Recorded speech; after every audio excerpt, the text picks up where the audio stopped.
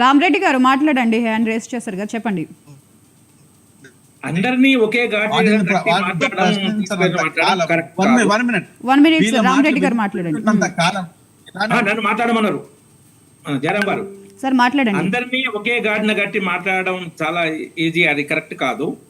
రాముడు రాముడే, రావణుడు రావణుడే అనలిటిక్ గా చెప్పాలి. కేంద్ర ప్రభుత్వము గత 12 సంవత్సరాలుగా స్థానిక సంస్థలకు ప్రతి సంవత్సరం నిధులు ఇస్తున్నది. రాష్ట్ర ప్రభుత్వం ఇంతకుముందు కేసీఆర్ ప్రభుత్వం కానీ ఇప్పుడు రేవంత్ రెడ్డి ప్రభుత్వం కానీ ఇవ్వడం లేదు. కేంద్ర ప్రభుత్వం నిధుల తోటి మేమే ఇక చెప్పుకుంటారు. ఇంతకుముందు నేను అర్థహార విషయంలో ఇంప్లిమెంటేషన్ బాధ్యతని చెప్పిన, దాన్ని సరే మెన్షన్ కూడా చేయలేదు కానీ నిధులుగా చెప్పిన కాబట్టి ఈ వైకుంఠ ధామాలు కానీ రైతు వేదికలు కానీ పలు ఇవన్నీ కేంద్ర ప్రభుత్వం నిధులే. కేంద్ర ప్రభుత్వం చేసినాయండి కూడా నిధులు కేంద్ర ప్రభుత్వం. కేంద్రం ఏంటంటే ఒక ఆర్థిక సంఘం విధానం, రాజ్యాంగ విధానంలో ఆర్థిక సంఘం రికమెండేషన్లని దాని పరంగా నిధులు ఇస్తుంది, గ్రామ పంచాయతీలకు ఇస్తుంది. వీళ్ళు ఒకవేళ రాష్ట్ర ప్రభుత్వం పోయి ముఖ్యమంత్రి పోయి అడిగి మాకు ఇస్తాం మేము ఇస్తాం అని చెప్పినప్పుడు ఒక్కోసారి అట్లా కూడా చేసి కండిషన్లు పెట్టి ఇన్ని రోజుల లోపల అకౌంట్లకు వేయాలని చేస్తుంది. ఎక్కడ ఇప్పుడు ఏంటంటే అప్పుడు అకౌంట్ ఓపెన్ చేసింది ఎందుకంటే ఒక్క నిమిషం, రాజీవ్ గాంధీ ఒక మాట చెప్పాడు ఆయన ప్రైమ్ మినిస్టర్ ఉన్నప్పుడు, మేము కేంద్రం నుంచి 100 రూపాయలు పంపిస్తే 15 రూపాయలే ప్రజలకు చేరుతున్నాయి, మధ్యాహ్నం దళారులు 85 రూపాయలు మింగేస్తున్నారు. అది జరగకూడదనే మోడీ ప్రభుత్వం జన్ధన్ అకౌంట్ ఓపెన్ చేసింది.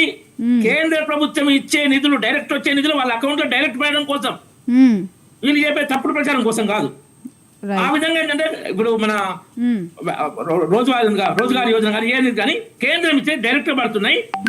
ఇప్పుడు గ్రామ పంచాయతీలకు డైరెక్ట్ పడేది. ఈసారి మరి రేవంత్ రెడ్డి గారు వెళ్ళి మాట్లాడడం వల్ల రాష్ట్ర ప్రభుత్వానికి ఇచ్చింది. జనరల్ గా డైరెక్ట్ గా ఇస్తున్నారు గత కొన్ని సంవత్సరాలుగా. ఇప్పుడు ఎలక్షన్లు ఒకేసారి జరిగినాయి ఎందుకంటే వీళ్ళకి కండిషన్ పెట్టి ఇచ్చి 10 రోజుల్లో అకౌంట్ లో వేయాలని వాళ్ళ కండిషన్ పెట్టడం జరిగింది. ఇక గరీబీ హఠావో విషయంలో ఇంతకుముందు చెప్పి పేదరికం గురించి, గుడిసెల గురించి 1970లో ఇందిరాగాంధీ ఇచ్చింది గరీబీ హఠావో నినాదం ఇచ్చి స్వీప్ చేసింది మెజారిటీ. అంతకుముందు ఎప్పుడు రాని మెజారిటీ గరీబీ హఠావో అనగానే వచ్చేసింది మెజారిటీ. 70 నుంచి ఇప్పుడు 2026 వరకు 65 ఏళ్ళు దాదాపు ఇంకోండి. ఇందిరాగాంధీ ఇచ్చింది, రాజీవ్ గాంధీ ఇచ్చింది, సోనియా గాంధీ ఇచ్చింది, రాహుల్ గాంధీ కూడా ఇస్తాడు. అది చేయరు. దాంట్లో అప్పుడు కార్టూన్ కూడా వచ్చిందే, గరీబీ హఠావో అంటే పేదరికం పోగొట్టడం కాదు, పేదలనే పోగొట్టడం అని.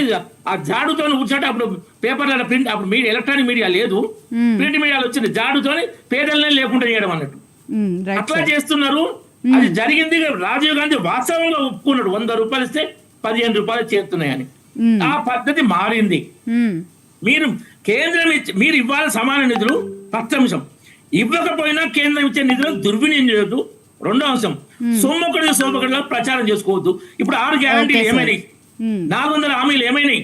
నువ్వు ఎన్నికలప్పుడు ఇచ్చిన హామీలు లేదు, సడన్ గా నువ్వు నేను ఇది చేస్తున్నా గ్రామాలకు కట్ చేస్తున్నట్టే నువ్వు ఇచ్చిన హామీలు ఏడైనాయి, వాటిని మాట్లాడట్లేదు. ఏమని అడిగితే ఉద్యోగులు అడిగిన ఇప్పుడు 2015 తర్వాత అండి పిఆర్ తెలియదు పాపం ఉద్యోగులకు. రిటైర్మెంట్ అయిన ఉద్యోగులకు ఇంతవరకు 2 ఏళ్ళ నుంచి డబ్బులు లేవండి పాపం. వాళ్ళు ఇప్పటికీ 75 మంది చనిపోయిండ్రు. వాళ్ళు దీక్షలో కూర్చుంటారు, బతిమలాడుతున్నారు. నోరు ఇప్పటి ముఖ్యమంత్రి రిటైర్మెంట్ పిఆర్స్ ఏంది, 5 డిఏలు ఏంది, రిటైర్ అయిన వాళ్ళకి డబ్బులు ఏంది, ఇవి చేయరు. కేంద్రం ఏమైనా డబ్బులు ఇస్తే దానికి ఒక కలరింగ్ ప్రాజెక్ట్ చేస్తున్నావు. ఇది మంచి పద్ధతి కాదు. మళ్ళీ అదే చెప్తున్నాం. నువ్వు కేసీఆర్ చేసిన చేస్తున్నావు, కేసీఆర్ చేసిన పనే రేవంత్ రెడ్డి చేస్తున్నావు. మార్పు అంటాడు. దుర్మార్గంగా అది రాష్ట్ర ప్రభుత్వ ఉద్యోగులు కానీ రైతులు కానీ చేస్తుంటే ఇది ప్రజాపాలన కాదు, ఇంతమంది చాలా రాక్షస పాలన. ప్రజాపాలన పేరుతో దుర్మార్గ రాక్షస పాలన చేస్తున్నారు. మంత్రుల ఆర్భాటాలు కూడా చూడండి ఎంత ఉన్నాయో. ఇప్పుడు పదవులలో కూడా బీసీలు, మీ బీసీ నిలదమంటారు. ఈ మధ్య 2 రాష్ట్రపతి టికెట్లు, మరి బీసీలు ఎవరెవరు నాకు తెలియదు. బీసీలు. సో ఇట్లా చేయడం కరెక్ట్ కాదు. ఇంకోటి, కాంగ్రెస్ లో ఉండి దశాబ్దాలు చేసిన వాళ్ళు కాదు, టీడీపీ నుంచి నా ఎమ్మెల్యే టికెట్ అది